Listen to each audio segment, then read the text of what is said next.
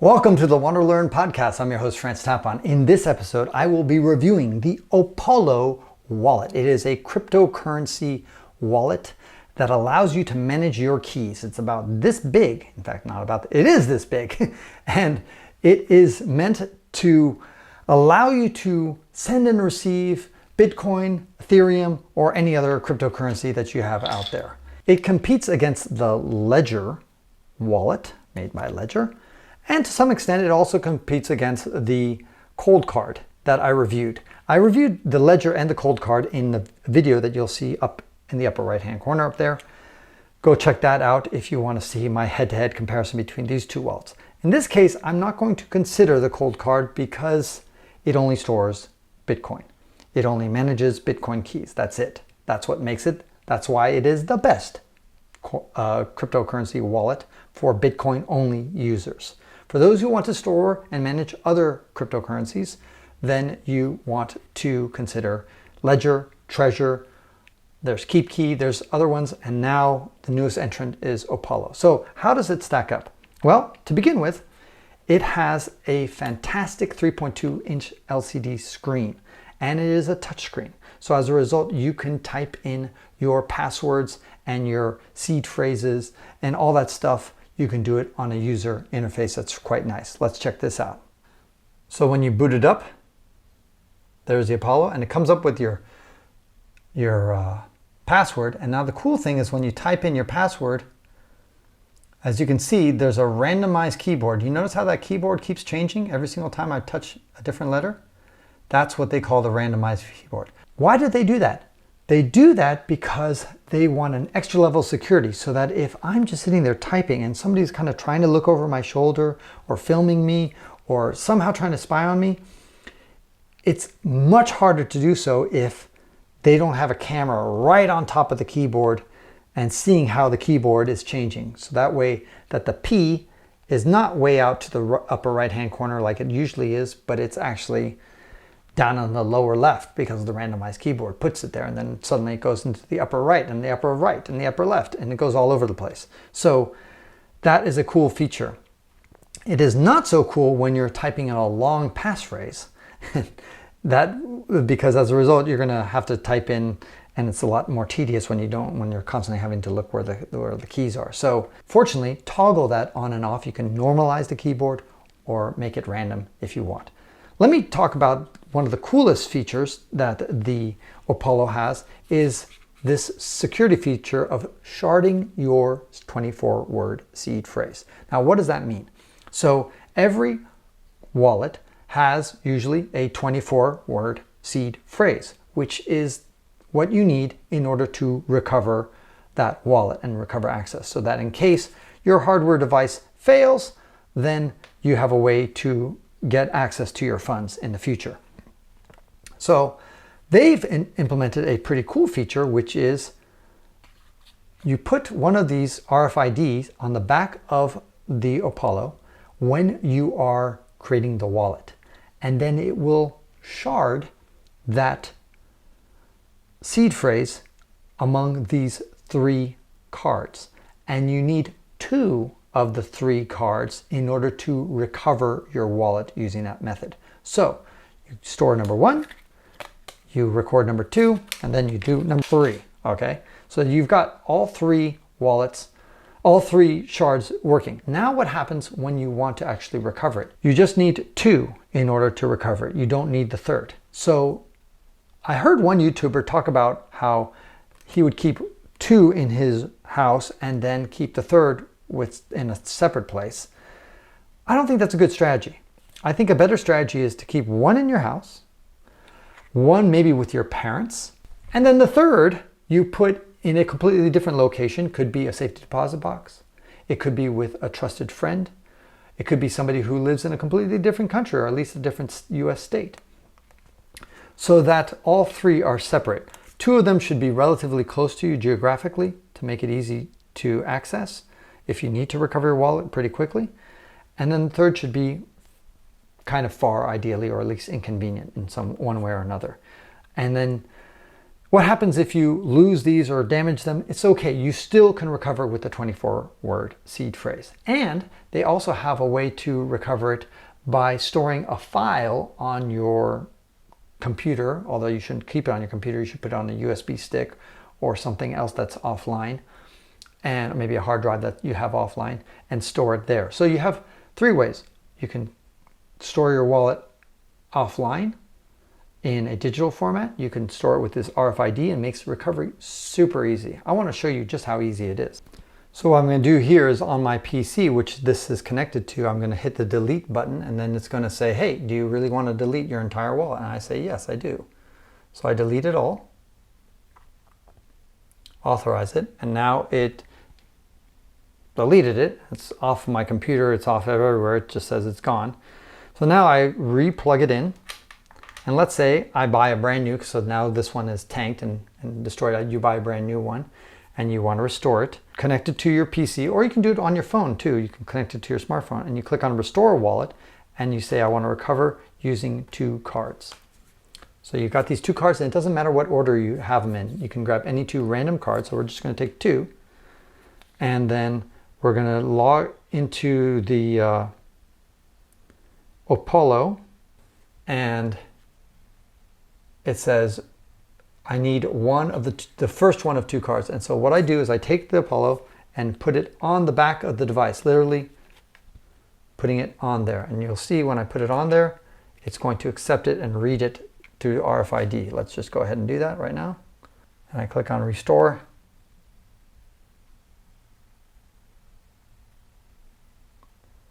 And that was successful. Now it's asking me for what about 2 of 2? So I go ahead and do the same thing. Take this card, put it on the back right there, and then I hit the Restore button, and then it should be happy. Ta-da! Wallet card successfully restored, and that's it. And then it just updates it, and we're back to normal. And there's my wallet, appears back on my PC. So super easy way to restore your wallet. You don't have to futz with the 24-word seed phrase, but you can do the 24-word seeds. And that's one of the great things about this, is that you can just type in the 24-word seed phrase. Typing 24-word seed phrases on the Ledger with only just 2 buttons is really tedious. So definitely a great way to restore the hardware wallet of Opolo. And every single time you turn it on, it says, do you want to have a passphrase? So let's take a slight digression and quickly talk about passphrase. The best way I can make the analogy is the 24-word seed phrase gives you entrance to a house. You need that to enter your house that contains all your cryptocurrency stored there. What is a passphrase? It is an addendum to the house. It's like an extra wing that you attach to your house. Or maybe an extra level. It's like the 2nd level, the 3rd level, or the 4th level that you can only access if you first get into the house. So having a key that gets you into the secret room serves you no purpose if you don't have the key to the house. You first got to get into the house, and that you need the 24-word seed phrase. Now, why would you want to have more than one passphrase? Passphrases are useful if, let's say, you have 3 children and you have 30 Bitcoin, and you want to give, when you die, 10 Bitcoin to each child. You give your 24-word seed phrase to all 3 children so that they all have access to your house, to your wallet. And then each child, you give them a special passphrase. And that passphrase can be as many words or letters as you want. So for example, you could say, I love you so much. That is passphrase number 1, and you give that to child A. The second child, child B, you might give them a passphrase that say, I really like hot dogs. That could be the passphrase. The third child could have, you are my favorite child of all time, and that's the passphrase. Literally that. You can make up whatever passphrase and an unlimited number of passphrases that are all associated with your house, with your 24-word seed phrase. So you can think of it as adding extra levels to your house, 3rd level, 4th level, secret doors if you want to think of it that way, or attachments, addendums, or you could think of it as having safes within your house. Whatever analogy you want to use, that's what a passphrase is for. Now that we've gone over passphrases, I'll say one thing that I kind of dislike about the Opolo wallet that I think that they will fix in a future version is that when you type in your passphrase, and I'll show it to you right now, it's asking you for a passphrase right there, right? And so you say, yes, I have a passphrase. Now, I'll say yes, and now all of a sudden you have the keyboard. Now, what if you have a really long passphrase? You can see every single time I'm typing here, what's happening? You don't, the phrase that you're typing is hidden. It's just asterisks. Now, what if you have a really long passphrase? And by the way, a lot of security experts say that you should have a passphrase of 6 to 8 words. Because if it's just one word, it would be too easy to hack. And you don't really need to have another 24 words. That's really ridiculous. But 6 to 8 is, or even 12. I mean, it's plenty. So at least 6, let's just say. But if you got to type that in every single time, look how easy it would be to make a single error, especially on a randomized keyboard. It would be really easy to make one typo.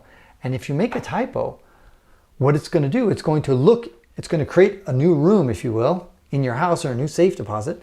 And guess what? There's no crypto in there. There's nothing. And you'll be like, oh my God, what happened to my crypto? And you're like, oh shit. And then I'll try to retype the passphrase. And if it's a really long one, the longer your passphrase is, the more likely that you're going to make a typo, especially since the keyboard is kind of small. So it's easy to like hit the wrong key, especially on a randomized keyboard. I've told this to Farhad, the co-founder of Opolo, and I said, you know, you really need to make it so that you can toggle whether you can see what you're typing or not. And fortunately, he did agree, and that's a feature that they should be putting out in the future. Now, I asked him, why do you do it that way? And the answer is pretty obvious. Because when you recover your seed phrase, he says, you can actually see every single word you're typing when you're typing your 24-word seed phrase. He did that, one, because seed phrases are pretty long, they're 24 words, and it's really easy to make a typo there. But two, you're not going to recover your seed phrase very often. You're not going to type that in very often. You're only going to do it in the privacy of your own home without free from cameras or snoopers. And so, therefore, having the seed phrases easily visible is good. If you're typing a passphrases you could type fairly often. You could also do it in public. For, let's say, you've got some cryptocurrency that is associated with a certain passphrase and you want to send that, and you're sitting in a cafe, you may not want everybody to be looking at your passphrase as you type it. And so that's why the default is to hide the phrase. But I think also it's because they think that a passphrase should be relatively short. Not that they think that, but if you look at their card here, you've got your 24-word seed phrase, and then you have passphrase number 1, passphrase number 2. It's the passphrase here, it's like so short, you're going to have if you have a long passphrase, you don't have enough space to write it in. So, and I don't think a passphrase should just be one word, unless you really don't care that much about the security of whatever you have in the passphrase. So I hope that's a little educational there. Let's talk about some other issues that I have with the Opolo that I think could be improved. Number one, they allow you to back up the whole phrase in just one card if you want to. But if, let's say you have 3 cards and you want to back up the entire 24-word seed phrase and be able to recover it with just 1 card, and you don't need 2 of 3, you can't do that, even though you have 3 cards. And they only let you back up create this sharding at the beginning of your wallet creation. You can't just wait like 1 month after you've created your wallet and say, you know what, after all, I kind of like the idea of having my RFID tags, or I skipped that when I was initially creating the wallet. Now I want to go back and create this backup. Well, you can't. What you can do is create a backup on your computer, or a backup, make a data file that allows you to back up the wallet, and then you can put that on a USB stick, for example, or a hard drive that's offline. But you can't retroactively, after the fact, create this sharded thing. And so that's a feature which I think, again, Farhad had told me that he will correct. And by the way, I'm going to be interviewing him in the end of July 2021. So if that's out, you'll be able to see it up on the link in the upper right-hand corner on YouTube. Now let's get into some of the really cool things I like besides this ability to recover the wallet quite nicely and quite easily using the sharding techniques. The number one selling point of this device is its security. The hardware is impeccable. It is using EAL 6+ level security. That's the same level of security that chips that have on your credit cards and on your debit cards, bank level security. So it's really, really hard to hack this device. The Ledger is using EAL level 5. So this is 6+, which is the latest and greatest in hardware security. Second thing that it's using, the Ledger, when you connect it to your computer, the Ledger uses a standard USB connection. This uses an encrypted USB connection. So that adds a level of security on multiple fronts. So they've really thought this through, and for that, I really commend them. A third thing is that the Ledger doesn't allow you, this version of the Ledger Nano X, doesn't allow you to connect directly to your phone. They have a new, fancier Ledger that allows you to do it through Bluetooth, but Bluetooth is not as secure as a physical connection. And luckily, they provide these little adapters so that you can have a USB-C connection straight into your Android phone. So you just plug this in straight into your Android phone, and then you plug the cable that would normally go into your computer. You plug this in right there, and then you're in business. Whoops, how do you do that? Right there. Like that. And this goes into your Opolo. They're going to be coming out with an iOS app in the future. Right now, for those iOS users out there, sorry, but you guys do not have the majority market share in the world. Even though sometimes a lot of iOS users think they are like, we're number one. Like, no. Not on a global scale, maybe in California. They've also been independently audited by a security firm in France, which is something that is a great thing to do. I just wish that on their website they provide a link straight to that particular audit report so that everybody could see it and read it for extra assurance. The software is intuitive. I love the fact that you can easily add hundreds of different cryptocurrencies, as well as right now they support over 120 cryptocurrencies and thousands of tokens.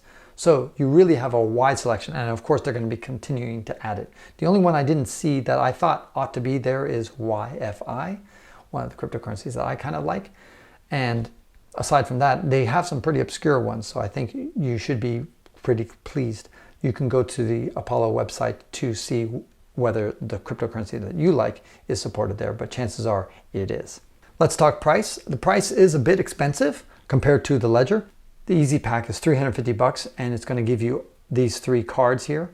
But if you just want the device itself costs only $250. But $250 is still a lot of money for somebody who's only got $1,000 in cryptocurrency or something like that. So it's probably not worth it for you. This is for somebody who's serious and wants to use this on a regular basis, or who wants very tough security, or just has already got their Lamborghini and they want something even cooler. 2 other minor flaws that I found in the product. Again, these are minor flaws. Number 1, when you generate the seed phrase, it's going to show you the 24 words in a grid pattern. You're not sure when you see the grid pattern, should I read this right to left or up and down? Now, Farhad told me, he's the CEO, he said, well, most English speakers should know to read left to right. I said, yes, but hey, why not be clear? And he says, like, okay, I agree. I'm going to put numbers so that we number seed word number 1, number 2, number 3, number 4, so that people, there's no doubt when you're writing down your seed phrase, the order of which that should be written. So that's an easy thing, and they've got that on the roadmap. The other thing that's on the roadmap that we talked about, and I suggested them, is a way to verify or test the seed phrase. So that's something new that the Ledger implemented, and you can also do that in the cold card to just say, hey, you know, a few months have gone by, I just want to make sure, sleep easy at night to make sure that the seed phrase that I wrote down is the right one, or compare it. So that allows you to verify it. Right now, the Opolo, as it stands in July 2021, they don't let you do that. You just got to hope that you've written out everything correctly. Fortunately, it's in the roadmap and they're going to allow you to verify it. So those 2 minor flaws are also going to be easily corrected.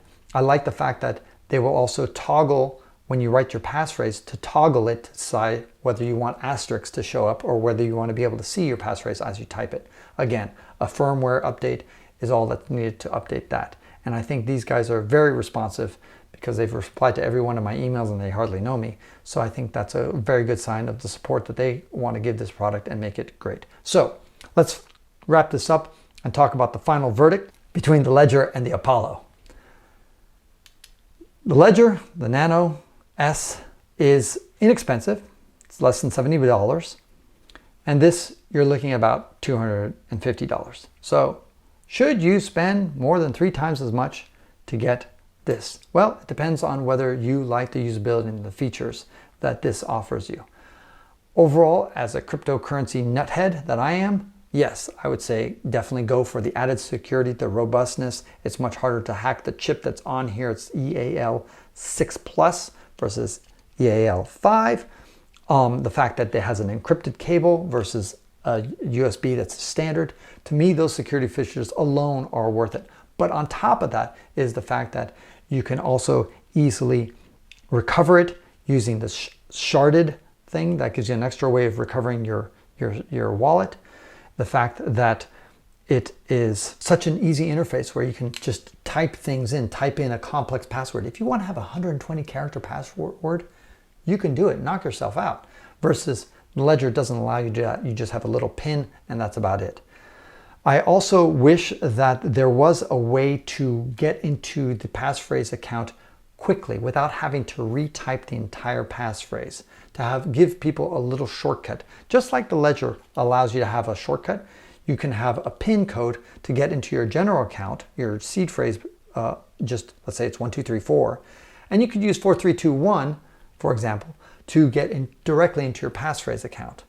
And that's kind of cool that you can just express. Here you have to retype the passphrase. And again, if you've got a passphrase that's 5, 6, 7, 8, 9, 10 words, that's pretty tedious to type that in, especially if you're using the randomized keyboard. So I think that's a feature that they should add that allows people to get a shortcut to get into your passphrase accounts. Cold Card does the same thing. It allows you to store the passphrase onto the micro USB so that once you get into the general account, you can easily access the passphrase protected account as well. That's up to the user to decide, and they should give you that same option here.